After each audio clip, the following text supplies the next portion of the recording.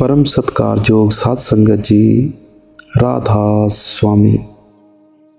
अज का यह सत्संग परम संत श्री गुरु रविदास जी महाराज के मुताबिक देहधारी सतगुर की लोड़ क्यों है, परमात्मा की प्राप्ति लई गुरु की लोड़ क्यों है, सच्चे गुरु की पहचान अते सच्चे गुरु के मिलाप का फल की है, इस तरह है। इस तो पहला एक छोटी जही बेनती है कि डिस्क्रिप्शन विच टैलीग्राम का लिंक दिता जा रहा है, तुसी टैलीग्राम ज्वाइन करके अते हर छोटी तो छोटी इन्फॉर्मेशन उत्थों प्राप्त करो जी। आओ अज का यह बड़ा ही महत्वपूर्ण सत्संग शुरू करते हाँ। गुरु अते गोबिंद एक हन, भाव परमात्मा नाल मिलाप करन लई देहधारी गुरु की लोड़ क्यों है।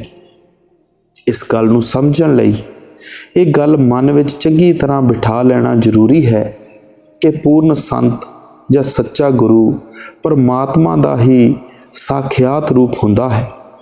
दोहां दे अंदर कोई भिन्न भेद नहीं हुंदा। जीवात्मा अते परमात्मा दे विचकार इक्को परदा मन माया ਜਾਂ ਹਉਮੈ ਦਾ है। पूर्ण संतां ने इस परदे नूं पूरी तरह दूर कर लिया हुंदा है। ਉਹ ਹਉਮੈ ਦਾ नाश करके इस तरह परमात्मा विच समा चुके हुंदे हन, जिस तरह नदी समुंदर विच समा के समुंदर का रूप हो जाती है। शरीर विच कैद आत्मा अपने आप परमात्मा नाल मिलाप नहीं कर सकती। ਉਹ ਤਾਂ ही परमात्मा नाल मिलाप कर सकती है जे परमात्मा खुद शरीर का चोला धार के उहदी पद्धर उत्ते उहदे सामने प्रगट होवे। इसलिए वो दयालु पिता जीव दे उद्धार लई खुद देह का चोला धार के इस संसार विच आउंदा है। परमात्मा दे इस देहधारी या नर रूप नूं ही गुरु कहा जाता है। दूजे लफ्ज़ां विच गुरु मनुख रूप विच प्रगट होया परमात्मा है।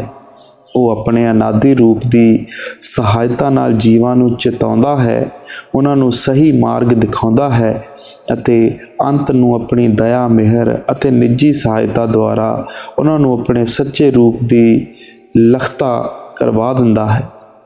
संत सतगुरु अमीरी गरीबी अते ऊंच नीच के हालात तो अभिज हुंदे हन। बाहरली अमीरी गरीबी देश परिवार अंदरली रूहानी अवस्था उत्ते कोई असर नहीं पैंदा। उन्हां दे अंदर परमात्मा दे प्रेम की निर्मल अते प्रबल धारा वग रही हुंदी है, जिहड़ी उन्हां दी शरण आउण वाले हर प्राणी उत्ते इक्को जिहा असर करदी है। पानी विच रहिंदे होए पानी तो निर्लेप रहण वाले कमल वांग संत सतगुरु संसार विच रहिंदे होए इस तो न्यारे अते निर्लेप रह के हर पासे अपने रूहानी सुगंध फैलाउंदे हन। हर गुर साध समान चित नित अगम तत मूल, इन बिच अंतर जिन परो करवत सहन कबूल। सब शास्त्रां दा इक्को मत है कि संत जन सतगुरु अते परमात्मा एक रूप हुंदे हन।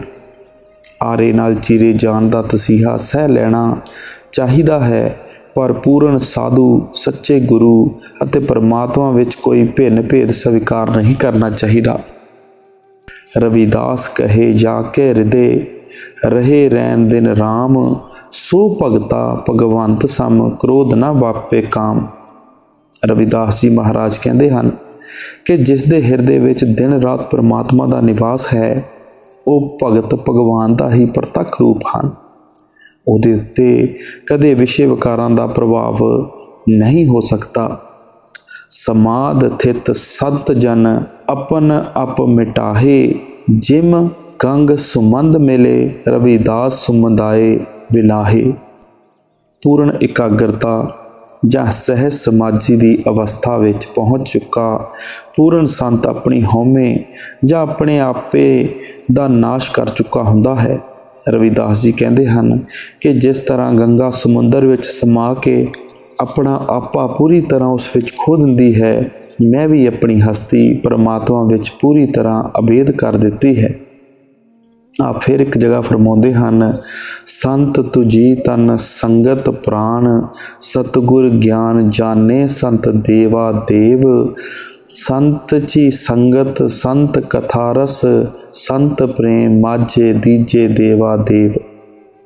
कि हे निराकार प्रभु, संत जन ही तेरा साकार रूप हन, ओही तेरी देह रूप हन, ओही तेरे प्राण हन।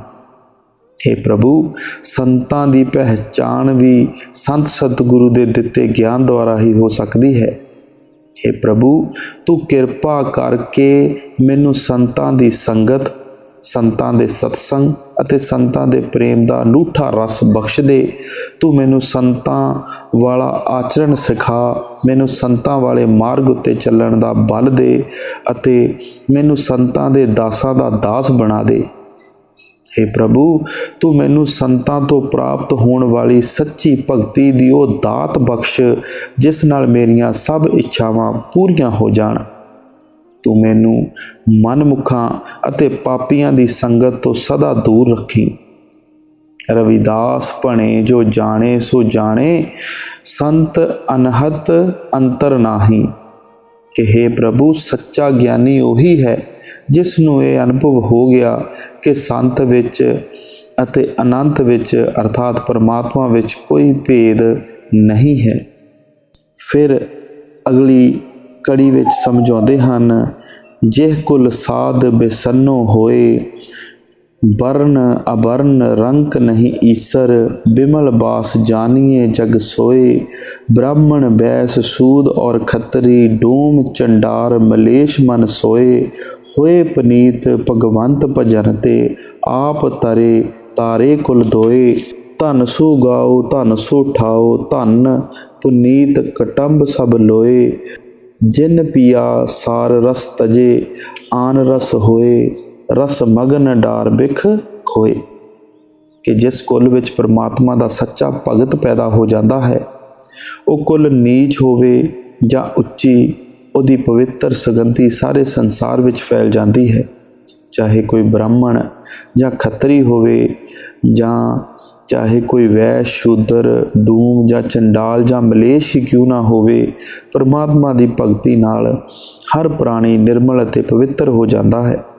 वो ना केवल आप ही मुक्ति प्राप्त कर लेंदा है, सगों अपने माता पिता दियां कुलां नूं भी तार लेंदा है। वो परिवार धन है, वो पिंड शहर अते देश धन है जिस विच पैदा होया कोई सच्चा प्रभु भगत संसार दे रसां अते काम क्रोध लोभ मोह हंकार तो उपर उठ के परमात्मा दे सच्चे नाम दे रंग विच रंगिया जाता है। कोई पंडित, कोई सूरबीर अते कोई राजा महाराजा ऐसे सच्चे प्रभु भगत की बराबरी नहीं कर सकता।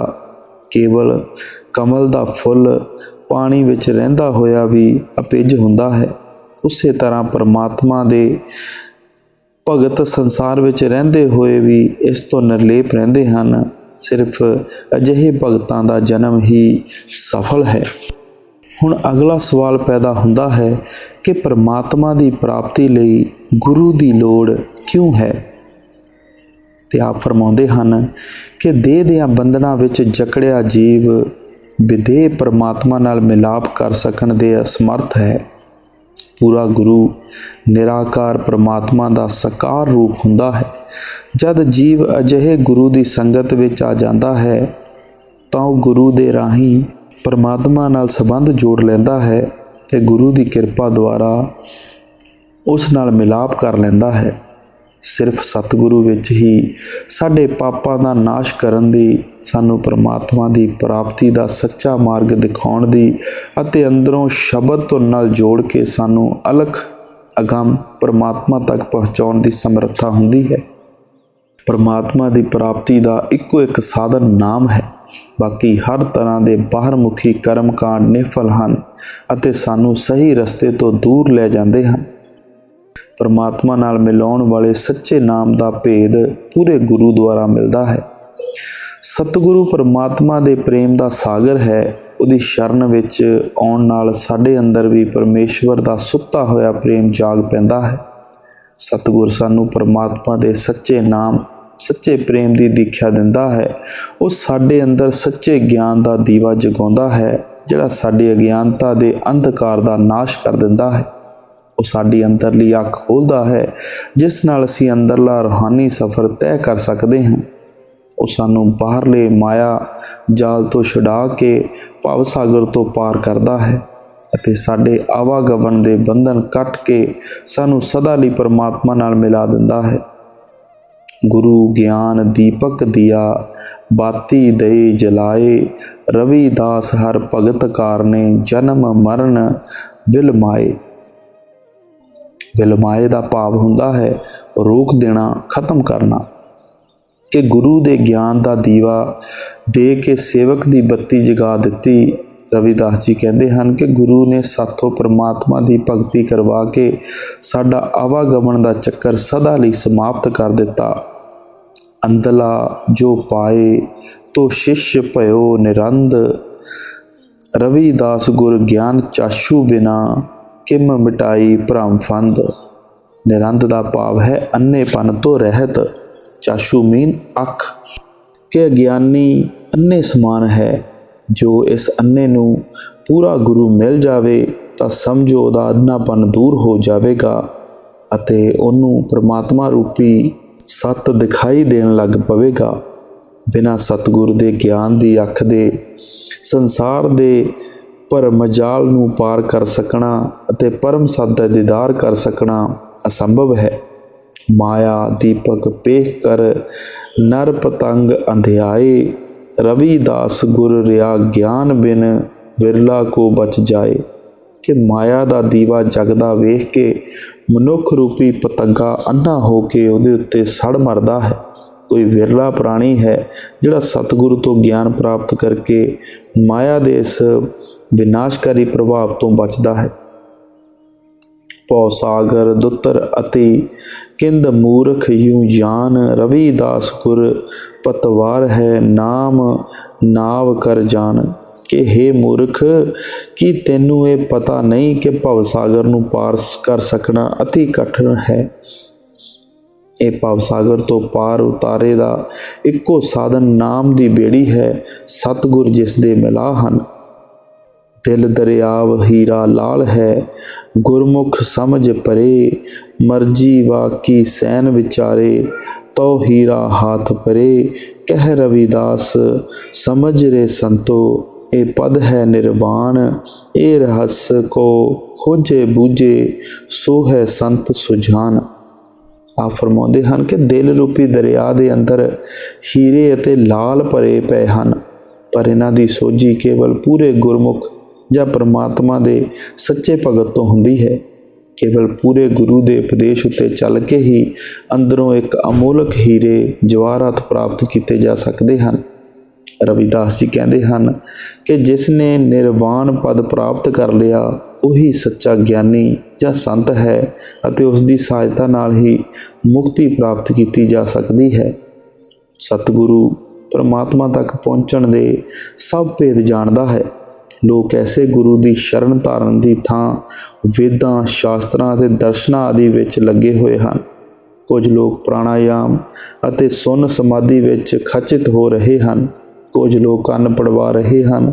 ਕੁਝ ਸਰੀਰ ਉੱਤੇ ਬਭੂਤ ਮਲਦੇ ਹਨ ਅਤੇ ਕੁਝ ਘਰ-ਬਾਰ ਦਾ ਤਿਆਗ ਕਰਕੇ ਬੈਰਾਗੀ ਬਣੇ ਰਹਿੰਦੇ ਹਨ। ਅਨੇਕ ਲੋਕ ਭਗਵੇਂ ਕੱਪੜੇ ਪਾਈ ਫਿਰਦੇ ਹਨ ਅਤੇ ਤੀਰਥਾਂ ਵਰਤਾਂ ਵਿੱਚ ਲੱਗੇ ਹੋਏ ਹਨ। ਅਜਿਹੇ ਲੋਕ ਕਦੇ ਮੰਜ਼ਿਲ ਉੱਤੇ ਨਹੀਂ ਪਹੁੰਚਦੇ। ਰਵਿਦਾਸ ਜੀ ਕਹਿੰਦੇ ਹਨ ਕਿ ਸਤਿਗੁਰ ਨੇ ਮੈਨੂੰ ਹਰ ਤਰ੍ਹਾਂ ਦੀ ਬਾਹਰਮੁਖੀ ਭਟਕਣਾ ਤੋਂ ਬਚਾ ਕੇ ਅੰਦਰ ਹੀ ਮੇਰਾ ਪਰਮਾਤਮਾ ਨਾਲ ਮਿਲਾਪ ਕਰਵਾ ਦਿੱਤਾ ਹੈ। ਸਤਿਗੁਰ ਨੇ ਮੈਨੂੰ ਸੱਚਾ ਰਾਹ ਦਿਖਾਇਆ ਹੈ। ਸਤਿਗੁਰ ਦੀ ਸ਼ਰਨ ਪ੍ਰਾਪਤ ਕਰਨ ਨਾਲ ਪੂਰਬਲੇ ਜਨਮਾਂ ਦੇ ਪਾਪਾਂ ਦਾ ਨਾਸ਼ ਹੋ ਗਿਆ ਹੈ। ਦਿਲ ਰੂਪੀ ਦਰਿਆ ਦੇ ਅੰਦਰ ਹੀਰੇ ਅਤੇ ਲਾਲ ਭਰੇ ਪਏ ਹਨ, ਪਰ ਇਹਨਾਂ ਦੀ ਸੋਝੀ ਕੇਵਲ ਪੂਰੇ ਗੁਰਮੁਖ ਜਾਂ ਪਰਮਾਤਮਾ ਦੇ ਸੱਚੇ ਭਗਤ ਤੋਂ ਹੀ ਹੁੰਦੀ ਹੈ। ਕੇਵਲ ਪੂਰੇ ਗੁਰੂ ਦੇ ਉਪਦੇਸ਼ ਉੱਤੇ ਚੱਲ ਕੇ ਹੀ ਅੰਦਰੋਂ ਇਹ ਅਮੋਲਕ ਹੀਰੇ ਜਵਾਹਰਾਤ ਪ੍ਰਾਪਤ ਕੀਤੇ ਜਾ ਸਕਦੇ ਹਨ। ਰਵਿਦਾਸ ਜੀ ਕਹਿੰਦੇ ਹਨ, ਜਿਸ ਨੇ ਨਿਰਵਾਣ ਪਦ ਪ੍ਰਾਪਤ ਕਰ ਲਿਆ ਹੈ ਉਹੀ ਸੱਚਾ ਗਿਆਨੀ ਜਾਂ ਸੰਤ ਹੈ। ਉਸ ਦੀ ਸਹਾਇਤਾ ਨਾਲ ਹੀ ਮੁਕਤੀ ਪ੍ਰਾਪਤ ਕੀਤੀ ਜਾ ਸਕਦੀ ਹੈ। ਸਤਿਗੁਰੂ ਪਰਮਾਤਮਾ ਤੱਕ ਪਹੁੰਚਣ ਦੇ ਸਭ ਭੇਦ ਜਾਣਦਾ ਹੈ। ਲੋਕ ਐਸੇ ਗੁਰੂ ਦੀ ਸ਼ਰਨ ਧਾਰਨ ਦੀ ਥਾਂ ਵੇਦਾਂ, ਸ਼ਾਸਤਰਾਂ ਅਤੇ ਦਰਸ਼ਨਾਂ ਆਦਿ ਵਿੱਚ ਲੱਗੇ ਹੋਏ ਹਨ। ਸਤਿਗੁਰ ਨੇ ਮੈਨੂੰ ਸੱਚਾ ਰਾਹ ਦਿਖਾਇਆ ਹੈ। ਸਤਿਗੁਰ ਦੀ ਸ਼ਰਨ ਪ੍ਰਾਪਤ ਕਰਨ ਨਾਲ ਪੂਰਬਲੇ ਜਨਮਾਂ ਦੇ ਪਾਪਾਂ ਦਾ ਨਾਸ਼ ਹੋ ਗਿਆ ਹੈ ਅਤੇ ਸਭ ਦੁੱਖ ਦੂਰ ਹੋ ਗਏ ਹਨ। ਅਸੀਂ ਬਾਹਰੋਂ ਪਰਮਾਤਮਾ ਦੀ ਖੋਜ ਵਿੱਚ ਆਪਣਾ ਜਨਮ ਬਰਬਾਦ ਕਰ ਦਿੱਤਾ, ਪਰ ਸਤਿਗੁਰ ਨੇ ਇਹ ਗਿਆਨ ਦਿੱਤਾ ਹੈ ਕਿ ਪਰਮਾਤਮਾ ਤਾਂ ਸਾਡੇ ਆਪਣੇ ਅੰਦਰ ਬੈਠਾ ਹੈ। ਸਾਡੇ ਅੰਦਰ ਅਨਹਦ ਸ਼ਬਦ ਧੁਨਕਾਰਾਂ ਦੇ ਰਿਹਾ ਹੈ। ਅਸੀਂ ਅੰਦਰੋਂ ਸ਼ਬਦ ਰਾਹੀਂ ਪਰਮਾਤਮਾ ਨਾਲ ਮਿਲਾਪ ਕਰ ਸਕਦੇ ਹਾਂ। ਅਸੀਂ ਧਨ ਦੌਲਤ, ਹਾਟ ਹਵੇਲੀ ਅਤੇ ਇਸਤਰੀ ਦੇ ਪ੍ਰੇਮ ਵਿੱਚ ਖੋਏ ਹੋਏ ਸੀ ਅਤੇ ਆਪਣੀ ਮੌਤ ਨੂੰ ਬਿਲਕੁਲ ਭੁੱਲੇ ਬੈਠੇ ਸੀ। ਸਤਿਗੁਰ ਨੇ ਸਾਡੀ ਇਹ ਅਗਿਆਨਤਾ ਦੂਰ ਕਰ ਦਿੱਤੀ। ਰਵਿਦਾਸ ਜੀ ਕਹਿੰਦੇ ਹਨ ਕਿ ਜਦੋਂ ਸਤਿਗੁਰ ਨੇ ਅੰਦਰਲਾ ਸੱਚਾ ਰਾਹ ਦਿਖਾ ਦਿੱਤਾ ਤਾਂ ਸੰਸਾਰ ਦੇ ਵਿਸ਼ੇ ਵਿਕਾਰਾਂ ਅਤੇ ਇੰਦਰੀਆਂ ਦੇ ਭੋਗਾਂ ਦੀ ਤ੍ਰਿਸ਼ਨਾ ਮਿਟ ਗਈ ਅਤੇ ਮਨ ਵਿੱਚ ਪਰਮਾਤਮਾ ਦਾ ਸੱਚਾ ਪ੍ਰੇਮ ਪੈਦਾ ਹੋ ਗਿਆ। ਹੁਣ ਸੱਚੇ ਗੁਰੂ ਦੀ ਪਹਿਚਾਣ ਕੀ ਹੈ? ਤਾਂ ਗੁਰੂ ਰਵਿਦਾਸ ਜੀ ਮਹਾਰਾਜ ਫਰਮਾਉਂਦੇ ਹਨ ਕਿ ਅਸਲ ਵਿੱਚ ਬਾਹਰੋਂ ਪੂਰੇ ਗੁਰੂ ਦੀ ਪਹਿਚਾਣ ਕਰ ਸਕਣਾ ਅਸੰਭਵ ਹੈ। ਸੱਚਾ ਗੁਰੂ ਪਰਮਾਤਮਾ ਦਾ ਰੂਪ ਹੁੰਦਾ ਹੈ, ਅੰਦਰੋਂ ਪਰਮਾਤਮਾ ਨਾਲ ਜੁੜਿਆ ਹੁੰਦਾ ਹੈ ਅਤੇ ਅੰਤਰ ਆਤਮੇ ਪਰਮਾਤਮਾ ਵਿੱਚ ਹੀ ਸਮਾਇਆ ਹੁੰਦਾ ਹੈ। ਉਹ ਨਾਮ ਦੇ ਰੰਗ ਵਿੱਚ ਰੰਗਿਆ ਹੁੰਦਾ ਹੈ ਅਤੇ ਨਾਮ ਹੀ ਉਸ ਦਾ ਅਸਲ ਆਧਾਰ ਹੁੰਦਾ ਹੈ। ਉਹ ਗ੍ਰਸਥ ਜੀਵਨ ਬਤੀਤ ਕਰਦਾ ਹੈ ਅਤੇ ਆਪਣੀ ਹੱਕ ਹਲਾਲ ਦੀ ਕਮਾਈ ਕਰਕੇ ਉਸ 'ਤੇ ਜੀਵਨ ਬਤੀਤ ਕਰਦਾ ਹੈ। ਉਹ ਕਦੇ ਵੀ ਕਿਸੇ ਉੱਤੇ ਬੋਝ ਨਹੀਂ ਬਣਦਾ। ਦੁੱਖ ਸੁੱਖ, ਲਾਭ ਹਾਨੀ, ਜੰਮਣ ਮਰਨ, ਜਿੱਤ ਹਾਰ ਵਰਗੇ ਸੰਸਾਰਿਕ ਉਤਰਾਵਾਂ ਚੜ੍ਹਾਵਾਂ ਦਾ ਉਹਦੇ ਹਿਰਦੇ 'ਤੇ ਲੇਸ ਮਾਤਰ ਵੀ ਅਸਰ ਨਹੀਂ ਹੁੰਦਾ। ਉਹ ਕਦੇ ਨਿਕੰਮਾ ਨਹੀਂ ਬੈਠਦਾ ਜਾਂ ਕਦੇ ਵਿਹਲਾ ਨਹੀਂ ਰਹਿੰਦਾ, ਸਗੋਂ ਸਦਾ ਬਿਨਾਂ ਫਲ ਦੀ ਇੱਛਾ ਦੇ ਆਪਣੇ ਕਰਤੱਵ ਦੀ ਪਾਲਣਾ ਕਰਦਾ ਰਹਿੰਦਾ ਹੈ। ਕਮਲ ਦਾ ਫੁੱਲ ਪਾਣੀ ਵਿੱਚ ਰਹਿੰਦਾ ਹੋਇਆ ਵੀ ਇਸ ਵਿੱਚ ਨਹੀਂ ਭਿੱਜਦਾ। ਪੂਰਾ ਗੁਰੂ ਵੀ ਸੰਸਾਰ ਵਿੱਚ ਰਹਿੰਦਾ ਹੋਇਆ ਇਸ ਦੀਆਂ ਮੈਲਾਂ ਵਿੱਚ ਨਹੀਂ ਲਿਬੜਦਾ। ਉਹਦੇ ਵਿੱਚ ਵੈਰ, ਦਵੇਸ਼ ਅਤੇ ਹੰਕਾਰ ਦੀ ਲੇਸ ਨਹੀਂ ਹੁੰਦੀ। ਉਹ ਸਭ ਦਾ ਭਲਾ ਚਾਹੁੰਦਾ ਹੈ ਅਤੇ ਸਭ ਦੇ ਭਲੇ ਲਈ ਤਤਪਰ ਰਹਿੰਦਾ ਹੈ। ਉਹ ਦੂਸਰਿਆਂ ਦਾ ਦੁੱਖ ਨਹੀਂ ਸਹਾਰ ਸਕਦਾ। ਉਹਦੀ ਦਇਆ ਅਤੇ ਖਿਮਾ ਦਾ ਕੋਈ ਪਾਰਾਵਾਰ ਨਹੀਂ ਹੁੰਦਾ। ਉਹ ਸਦਾ ਪਰਉਪਕਾਰ ਵਿੱਚ ਲੱਗਾ ਰਹਿੰਦਾ ਹੈ, ਕਦੇ ਵੀ ਇਸ ਦਾ ਦਿਖਾਵਾ ਨਹੀਂ ਕਰਦਾ। ਉਹ ਕਦੇ ਵੀ ਗੁਰੂ ਕਹਾਉਣ ਦੀ ਇੱਛਾ ਨਹੀਂ ਕਰਦਾ, ਸਗੋਂ ਸਦਾ ਆਪਣੇ ਆਪ ਨੂੰ ਕੁੱਲ ਮਾਲਕ ਦਾ ਦਾਸ ਕਹਿੰਦਾ ਹੈ। ਉਹ ਸੱਤਵਾਦੀ ਹੁੰਦਾ ਹੈ ਅਤੇ ਝੂਠ, ਕਪਟ ਅਤੇ ਪੱਖਪਾਤ ਤੋਂ ਦੂਰ ਰਹਿੰਦਾ ਹੈ। ਉਹ ਮਿੱਠ ਬੋਲੜਾ ਹੁੰਦਾ ਹੈ ਅਤੇ ਉਹਦੇ ਬਚਨ ਬਦੋ-ਬਦੀ ਦੂਸਰਿਆਂ ਨੂੰ ਆਪਣੇ ਵੱਲ ਖਿੱਚ ਲੈਂਦੇ ਹਨ। ਉਹਦੇ ਦਰਸ਼ਨਾਂ ਨਾਲ ਅਦਭੁਤ ਸ਼ਾਂਤੀ ਅਤੇ ਆਨੰਦ ਦੀ ਪ੍ਰਤੀਤੀ ਹੁੰਦੀ ਹੈ। ਉਹ ਅੰਦਰੋਂ ਬਾਹਰੋਂ ਪੂਰੀ ਤਰ੍ਹਾਂ ਨਿਰਮਲ ਹੁੰਦਾ ਹੈ ਅਤੇ ਵਿਸ਼ੇ ਵਿਕਾਰਾਂ ਤੋਂ ਉੱਪਰ ਉੱਠ ਚੁੱਕਾ ਹੁੰਦਾ ਹੈ। ਜਿਵੇਂ ਹੰਸ ਦੁੱਧ ਨੂੰ ਪਾਣੀ ਤੋਂ ਵੱਖ ਕਰ ਲੈਂਦਾ ਹੈ ਅਤੇ ਕੇਵਲ ਦੁੱਧ ਪੀਂਦਾ ਹੈ, ਸੱਚਾ ਗੁਰੂ ਵੀ ਵਿਸ਼ਿਆਂ ਦਾ ਪਾਣੀ ਨਹੀਂ ਪੀਂਦਾ, ਕੇਵਲ ਪਰਮਾਤਮਾ ਦੀ ਭਗਤੀ ਜਾਂ ਨਾਮ ਦੀ ਧਾਰਾ ਦਾ ਅੰਮ੍ਰਿਤ ਪੀਂਦਾ ਹੈ। ਉਹ ਮਨ ਦੇ ਵਿਕਾਰਾਂ ਅਤੇ ਸੰਸਾਰ ਦੀਆਂ ਖਾਹਿਸ਼ਾਂ ਤ੍ਰਿਸ਼ਨਾ ਨੂੰ ਤਿਆਗ ਕੇ ਆਪਣੀ ਹਸਤੀ ਪਰਮੇਸ਼ਵਰ ਵਿੱਚ ਅਭੇਦ ਕਰਕੇ ਉਹਦਾ ਹੀ ਰੂਪ ਹੋ ਚੁੱਕਾ ਹੁੰਦਾ ਹੈ। ਰਵਿਦਾਸ ਜੀ ਮਹਾਰਾਜ ਫਰਮਾਉਂਦੇ ਹਨ, रविदास सोए सुध भुलो, जो जग में लिप्त न होए, गोबिंद स्यों रांचा रही और जाने नहीं कोए। रविदास जी कहते हैं कि सच्चा साधु कदे संसार विच लिप्त नहीं हुंदा। ਉਹ ਇਸ ਕਦਰ ਪਰਮਾਤਮਾ ਦੇ ਪ੍ਰੇਮ ਵਿੱਚ ਲੀਨ ਹੁੰਦਾ ਹੈ ਕਿ ਉਹਦਾ ਧਿਆਨ ਸੰਸਾਰ ਦੀ ਕਿਸੇ ਦੂਜੀ ਵਸਤੂ ਵੱਲ ਨਹੀਂ ਜਾਂਦਾ। नेक कमाई जो करे, ग्रह तिज बन नहीं जाए, रविदास हमारो राय, ग्रह में मिले आए। कि सच्चा संत अपनी नेक कमाई उत्ते गुजारा करता है। ਉਹ ਘਰ ਗ੍ਰਸਤੀ ਨੂੰ ਤਿਆਗ ਕੇ ਜੰਗਲਾਂ ਪਹਾੜਾਂ ਵਿੱਚ ਨਹੀਂ ਭਟਕਦਾ। ਉਹ ਘਰ ਬੈਠੇ ਹੀ ਪਰਮਾਤਮਾ ਨਾਲ ਮਿਲਾਪ ਕਰ ਲੈਂਦਾ ਹੈ। ਗ੍ਰਹਿ ਰਹੋ ਸਤ ਕਰਮ ਕਰੋ, ਹਰਦਮ ਚਿੰਤੋ ਓਂਕਾਰ, ਰਵਿਦਾਸ ਹਮਾਰੋ ਬਾਂਧਲਾ, ਹੈ ਕੇਵਲ ਨਾਮ ਆਧਾਰ। ਆਪ ਕਹਿੰਦੇ ਹਨ ਕਿ ਘਰ ਵਿੱਚ ਰਹਿੰਦੇ ਹੋਏ ਨੇਕ ਕਰਮ ਕਰੋ ਅਤੇ ਸਦਾ ਮਨ ਵਿੱਚ ਪਰਮਾਤਮਾ ਦੇ ਨਾਮ ਦਾ ਸਿਮਰਨ ਕਰਦੇ ਰਹੋ। ਨਾਮ ਹੀ ਸਾਡਾ ਸੱਚਾ ਆਸਰਾ ਅਤੇ ਮਿੱਤਰ ਸੰਬੰਧੀ ਹੈ ਅਤੇ ਕੇਵਲ ਨਾਮ ਹੀ ਭਵਸਾਗਰ ਤੋਂ ਪਾਰ ਉਤਾਰੇ ਦਾ ਇੱਕ ਸਾਧਨ ਹੈ। ਰਵਿਦਾਸ ਜੀ ਕਹਿੰਦੇ ਹਨ ਕਿ ਜਿਵੇਂ ਵੀ ਬਣੇ ਆਪਣੀ ਕਮਾਈ ਉੱਤੇ ਗੁਜ਼ਾਰਾ ਕਰਨਾ ਚਾਹੀਦਾ ਹੈ। ਨੇਕ ਕਮਾਈ ਜ਼ਰੂਰ ਫਲਦੀ ਫੁੱਲਦੀ ਹੈ, ਕਦੇ ਅਜਾਈ ਨਹੀਂ ਜਾਂਦੀ। ਆਪ ਫਰਮਾਉਂਦੇ ਹਨ ਕਿ ਜੋ ਮਿਹਨਤ ਨੂੰ ਪਰਮਾਤਮਾ ਮੰਨ ਕੇ ਦਿਨ ਰਾਤ ਕਿਰਤ ਰੂਪੀ ਪਰਮਾਤਮਾ ਦੀ ਪੂਜਾ ਵਿੱਚ ਲੱਗਾ ਹੋਇਆ ਹੈ, ਭਾਵ ਜੋ ਨਿਰੰਤਰ ਹਿੰਮਤ ਨਾਲ ਆਪਣਾ ਕੰਮ ਕਰਦਾ ਰਹਿੰਦਾ ਹੈ, ਉਸ ਨੂੰ ਸੰਸਾਰ ਵਿੱਚ ਸਦਾ ਸੁਖ ਸ਼ਾਂਤੀ ਮਿਲਦੀ ਹੈ। ਰਵਿਦਾਸ ਹੋਂ ਨਿਜ ਹੱਥ ਰਾਖੋਂ ਰੱਬ ਯਾਰ, ਸੁਕ੍ਰਿਤੀ ਹੀ ਮਮ ਧਰਮ ਹੈ, ਤਰੇਗਾ ਭਉ ਪਾਰ। ਆਪ ਫਰਮਾਉਂਦੇ ਹਨ ਕਿ ਮੈਂ ਆਪਣਾ ਹੱਥ ਸਦਾ ਰੰਬੀ ਅਤੇ ਆਰ ਭਾਵ ਜੁੱਤੀਆਂ ਬਣਾਉਣ ਵਾਲੇ ਔਜ਼ਾਰ ਵਿੱਚ ਲਗਾਈ ਰੱਖਦਾ ਹਾਂ। ਨੇਕ ਕਰਮ ਕਰਨਾ ਹੀ ਮੇਰਾ ਧਰਮ ਹੈ ਜੋ ਮੈਨੂੰ ਭਵਸਾਗਰ ਤੋਂ ਪਾਰ ਉਤਾਰੇਗਾ। ਪ੍ਰਭ ਭਗਤ ਸ਼ਰਮ ਸਾਧਨਾ ਜਗ ਮੇਂ ਜਿਨੇ ਪਾਸ, ਤਿਨੇ ਜੀਵਨ ਫਲ ਪਾਇਓ ਸਤ ਭਾਖੇ ਰਵਿਦਾਸ। ਆਪ ਫਰਮਾਉਂਦੇ ਹਨ ਕਿ ਮੇਰੇ ਬਚਨ ਨੂੰ ਸੱਚ ਕਰਕੇ ਮੰਨੋ ਕਿ ਸੰਸਾਰ ਵਿੱਚ ਆਉਣਾ ਸਿਰਫ ਉਹਨਾਂ ਦਾ ਸਫਲ ਹੈ ਜਿਹੜੇ ਪਰਮਾਤਮਾ ਦੀ ਭਗਤੀ ਅਤੇ ਮਿਹਨਤ ਕਰਦੇ ਹਨ। ਕਿਸੇ ਦੇ ਜਨਮ 'ਤੇ ਖੁਸ਼ ਹੋਣ ਅਤੇ ਮਰਨ 'ਤੇ ਦੁਖੀ ਹੋਣ ਦੀ ਕੀ ਲੋੜ ਹੈ? ਇਹ ਤਾਂ ਸੰਸਾਰ ਦੇ ਬਣਾਉਣ ਵਾਲੇ ਪਰਮਾਤਮਾ ਦਾ ਖੇਲ ਹੈ ਜਿਸ ਨੂੰ ਦੁਨੀਆ ਸਮਝਦੀ ਨਹੀਂ। ਪੂਰਨ ਸੰਤ ਸਦਾ ਪਰਮਾਤਮਾ ਦੇ ਸਿਮਰਨ ਅਤੇ ਧਿਆਨ ਵਿੱਚ ਮਗਨ ਰਹਿੰਦਾ ਹੈ।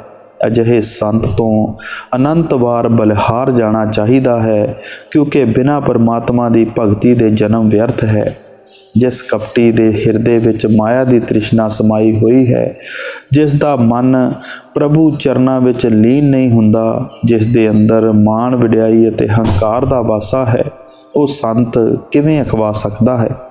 ਬਿਨਾਂ ਸੰਤਾਂ ਵਾਲੇ ਗੁਣ ਹੋਣ ਦੇ ਸੰਤ ਹੋਣ ਦਾ ਢੋਂਗ ਕਰਨ ਵਾਲੇ ਵਿਅਕਤੀ ਕਈ ਕਿਸਮ ਦੇ ਪਖੰਡ ਕਰਦੇ ਹਨ। ਪਰਾਈ ਨਿੰਦਿਆ ਦੇ ਪਾਪ ਵਿੱਚ ਫਸ ਕੇ ਮਨੁੱਖ ਜਨਮ ਨੂੰ ਭੰਗ ਦੇ ਪਹਾੜੇ ਖੋ ਜਾਂਦੇ ਹਨ।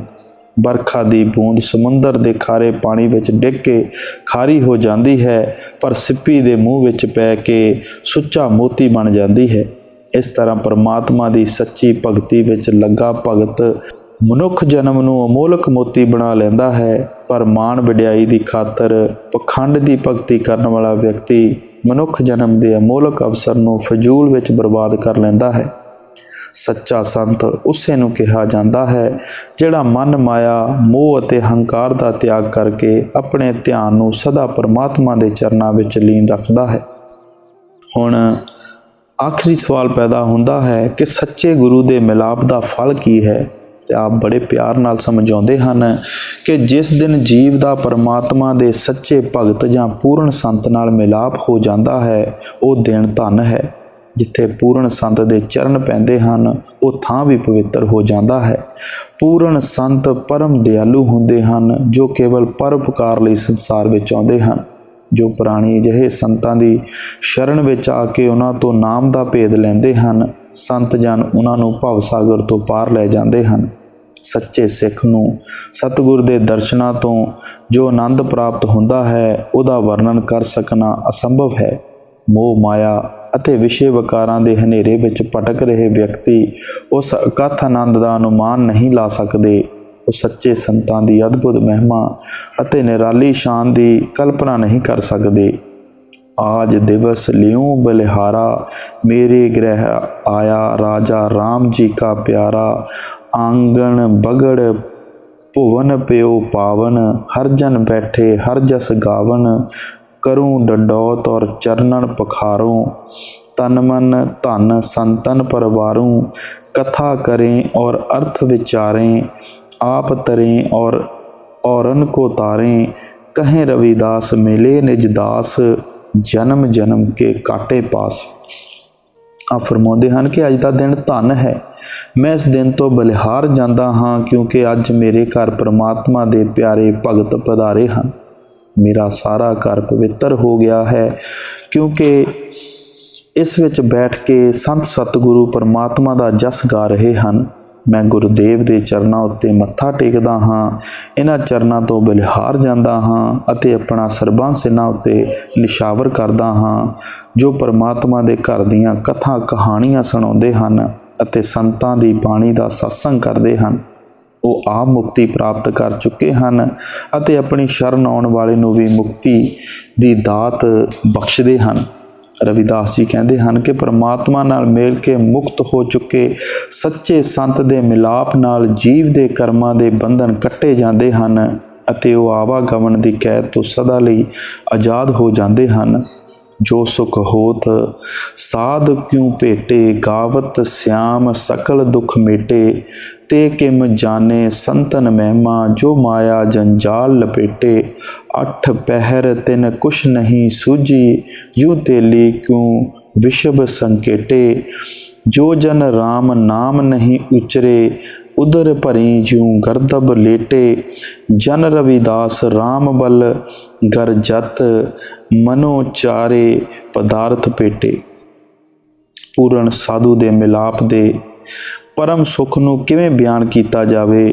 ਪੂਰਨ ਸਾਧੂ ਦੀ ਸੰਗਤ ਵਿੱਚ ਪਰਮਾਤਮਾ ਦੇ ਗੁਣ ਗਾਉਣ ਨਾਲ ਜਨਮਾਂ ਜਨਮਾਂ ਦੇ ਦੁੱਖ ਕਲੇਸ਼ ਦੂਰ ਹੋ ਜਾਂਦੇ ਹਨ। ਮਾਇਆ ਜਾਲ ਵਿੱਚ ਫਸੇ ਜੀਵ ਸੰਤਾਂ ਦੀ ਗਤੀ ਕਿਵੇਂ ਜਾਣ ਸਕਦੇ ਹਨ। ਤੇਲੀ ਦੇ ਬਲਦ ਦੀਆਂ ਅੱਖਾਂ ਉੱਤੇ ਖੋਪੇ ਦਿੱਤੇ ਹੁੰਦੇ ਹਨ। ਉਹ ਬਿਨਾਂ ਕੁਝ ਦੇਖੇ ਦਿਨ ਰਾਤ ਇੱਕੋ ਚੱਕਰ ਵਿੱਚ ਪਿਆ ਰਹਿੰਦਾ ਹੈ। ਇਸੇ ਤਰ੍ਹਾਂ ਜਿਨ੍ਹਾਂ ਲੋਕਾਂ ਦੀਆਂ ਅੱਖਾਂ ਉੱਤੇ ਮੋਹ ਮਾਇਆ ਦੇ ਖੋਪੇ ਚੜ੍ਹੇ ਹੋਏ ਹਨ, ਉਹ ਸਦਾ ਲਈ ਇਸ ਰਚਨਾ ਦੇ ਹਨੇਰੇ ਵਿੱਚ ਭਟਕਦੇ ਰਹਿੰਦੇ ਹਨ। ਪਰਮਾਤਮਾ ਦੇ ਨਾਮ ਤੋਂ ਵਿਹੂਣਾ ਪ੍ਰਾਣੀ ਖੋਤੇ ਸਮਾਨ ਹੈ, ਜਿਸ ਨੂੰ ਸਿਵਾਏ ਪੇਟ ਭਰ ਕੇ ਮਿੱਟੀ ਵਿੱਚ ਲੇਟਣ ਅਤੇ ਬੋਝ ਢੋਣ ਦੇ ਹੋਰ ਕੁਝ ਪਤਾ ਨਹੀਂ। ਇਸ ਤੋਂ ਉਲਟ ਪਰਮਾਤਮਾ ਦੀ ਭਗਤੀ ਦੇ ਰੰਗ ਵਿੱਚ ਰੰਗੇ ਹੋਏ ਭਗਤਾਂ ਨੂੰ ਧਰਮ, ਅਰਥ, ਕਾਮ ਅਤੇ ਮੋਕਸ਼ ਚੌਂ ਪਦਾਰਥਾਂ ਦੀ ਪ੍ਰਾਪਤੀ ਹੋ ਜਾਂਦੀ ਹੈ। ਉਹਨਾਂ ਦੇ ਲੋਕ ਅਤੇ ਪਰਲੋਕ ਦੋਵੇਂ ਸੁਖੀ ਸੁਹੇਲੇ ਬਣ ਜਾਂਦੇ ਹਨ। ਸੋ ਗੁਰੂ ਪਿਆਰੀ ਸਾਧ ਸੰਗਤ ਜੀ, ਗੁਰੂ ਦੀ ਲੋੜ ਕਿਉਂ ਹੈ ਤੇ ਗੁਰੂ ਦੇ ਪ੍ਰਾਪਤ ਹੋਣ ਦਾ ਕੀ ਸੁੱਖ ਹੈ, ਅਸੀਂ ਅੱਜ ਦੇ ਸਤਸੰਗ ਦੇ ਵਿੱਚ ਜਾਣਿਆ।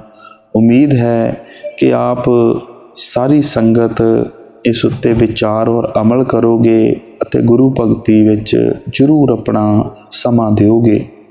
ਰਾਧਾ ਸੁਆਮੀ ਜੀ।